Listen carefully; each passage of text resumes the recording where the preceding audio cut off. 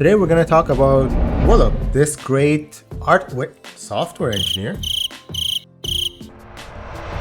If you don't know WLOP does these amazing paintings with great composition, great contrast.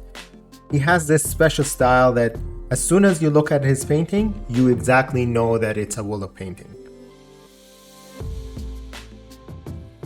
So today we're just going to try and replicate one of his portrait paintings, and maybe in future videos we'll try and analyze more the composition and get more into details of other kinds of painting that he does. So first let's take a look at this portrait painting that we're going to try and study from. So the first thing that I noticed, and I watched a time lapse of his painting on YouTube, is that he starts in grayscale. And the reason I think a lot of artists do grayscale first is because they want to get their values right. So I added a layer on top of the painting just to get it to grayscale, and it will help us get a better understanding on what the values are. So before we start. So something that WLOP does well is the contrast. So you can see in some areas, like here, it's completely pure white. And then in other areas, it's almost completely black or close to it, really. So the skin, you see the midtones are there, and the value range of the skin doesn't really fluctuate too much, except for the really bright highlights that there are in some specific areas, as you can see. And then the other thing about the hair is that he really simplifies it, and just by adding a few simple strokes, he really gives that impression. So now let's look at it in color. So another thing that WLOP does very well is that the use of color saturation. So he uses a lot of desaturated colors. So if we look at the skin, for example, you can see that it is very close to the gray side. So it's not saturated at all. Same with the hair. But then what he does is he adds a pop of color with the accessories. So you can see the red and the blue, how saturated they are. And it really kind of uses this technique to kind of guide your eyes through the image and takes you through the different parts of the painting. So you can see again, all these, the skin is very desaturated, but then we have lots of saturation in these accessories with the blue and the red. So let's start with my sketch.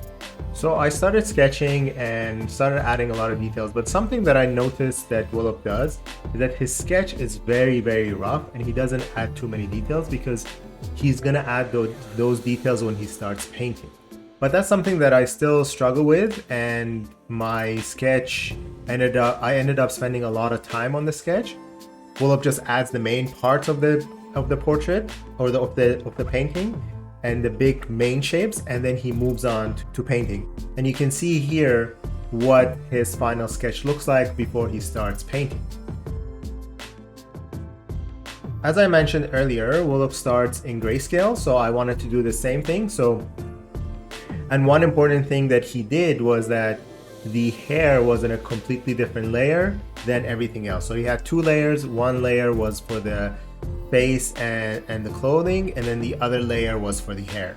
And it really helps them define the hair afterwards and helps them work on the face without interfering with the hair or vice versa. Then what he does is that he uses, and I tried to do this, is that he uses a soft brush, an airbrush almost, to add the big light and shadow pieces in most places, and he defines the big shapes and doesn't really use hard edges yet. So he starts with soft and fuzzy shapes, and then he starts redefining more and more and gets into smaller and smaller pieces and adds more hard edges towards the end. So another thing that WLOP does is that he doesn't really have a separate sketch layer. He paints on the same sketch layer. So I tried to do the same thing. So even though I started with a separate sketch layer, I merged it with one of the layers so that I am painting on one layer and I don't have to worry about the sketch layer later on. So now I'm gonna slow it down a little bit and show you how he goes from grayscale to color. And this was something new for me. I've never done it that way. So he makes a selection of the area that he wants to color and makes a clipping mask and then adds a curves layer.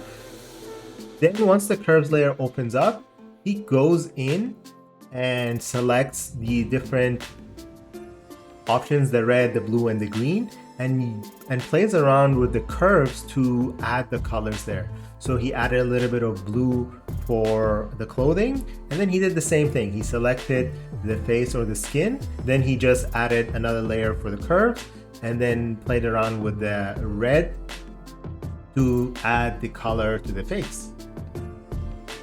And this was an interesting approach to adding color into a grayscale painting.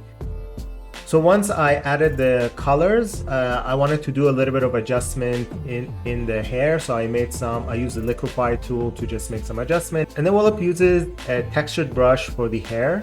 I don't have his brush set, but I just chose a random textured brush and used it to add the colors. And then after that, I created a new layer for the accessories and used just a hard round brush, or you can use also a brush with very little opacity control to really define those shapes. The edges on those shapes are usually very hard, and the shadow and the lights are most cases using hard edges. So I tried to do the same thing to add the blue, the red, and the jewelry. Then I went back to the face again, and I created a new layer on top of the layer that I had and added some more color variation. Because using just the curve tool, you're just adding one color and not necessarily a different color variation. And then again, WLOP uses the curve tool over and over again. So I merged the layers and then went back and used the curve tool and then added more highlights at the end using a round brush. Things that I learned the most from his paintings is that he uses very desaturated colors for most of the painting and then adds a lot of saturation in very specific spots to guide your eye towards these specific spots of the painting. He starts with big shapes first and uses the soft brush a lot, and then he starts refining and defining the hard edges later on. And then the final thing is that he uses the curve adjustment layer a lot. Using the curve adjustment layers, he plays with it to get the colors that he wants. I hope this video was helpful in kind of analyzing how WLOP does his painting and helped you see my way of doing it. I'm planning to do more studies of very different artists on my channel here. So if you want to see more of those, please subscribe. Thank you for watching and see you in the next video.